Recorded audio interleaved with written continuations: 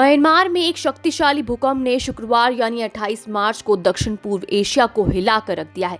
Myanmar में इससे लगभग 694 लोगों की मौत हो गई है और 730 लोग घायल बताए जा रहे हैं।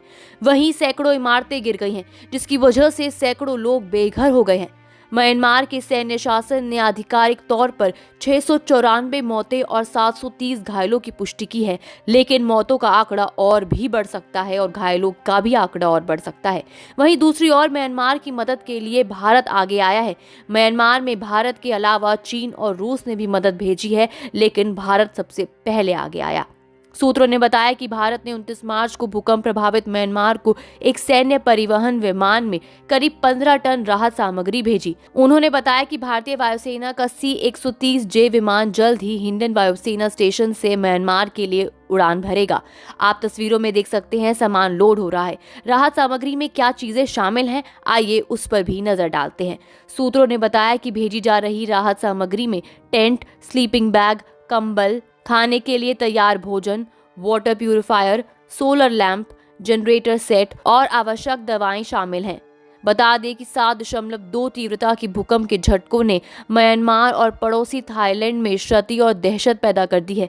28 मार्च को म्यांमार और पड़ोसी थाईलैंड में शक्तिशाली भूकंप आया, जिसमें इमारतें, पुल और एक मठ नष्ट हो गए। म्यांमार में कम से कम 694 लोग मारे गए हैं, जहां 2 बुरी तरह प्रभावित शहरों से ली गई तस्वीरों और वीडियो में व्यापक क्षति दिखाई गई। थाई राजस्थान में कम से कम 10 लोग मारे गए, जहां निर्माणाधीन ऊंची इमारत ढह गई। बता दें कि मांडले के एक निवासी ने कहा कि पूरे शहर में तबाही हुई है। एक अन्य ने कहा कि सड़कें क्षतिग्रस्त हो गई हैं, फोन लाइनें बाधित हो गई हैं और बिजली नहीं है। म्यांमार नाउ ने तस्वीरें पोस्ट की, जिसमें एक घंटाघर ढह गया और मांडले पैलेस की दीवार का एक हिस्सा खंडर में तब्दील हो गया। एक प्रत्यक्षदर्शी ने बताया कि एक चाय की दुकान ढह गई थी और कई लोग अंदर ही फंस गए। हम अंदर नहीं जा सके, स्थिति बहुत खराब है।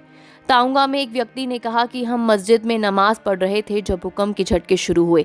3 लोगों की मौके पर ही मौत हो गई। स्थानीय मीडिया ने बताया कि शान राज्य के ओंग बान में एक होटल मलबे में तब्दील हो गया। इसमें 2 लोगों की मौत हो गई और 20 लोग फंस गए।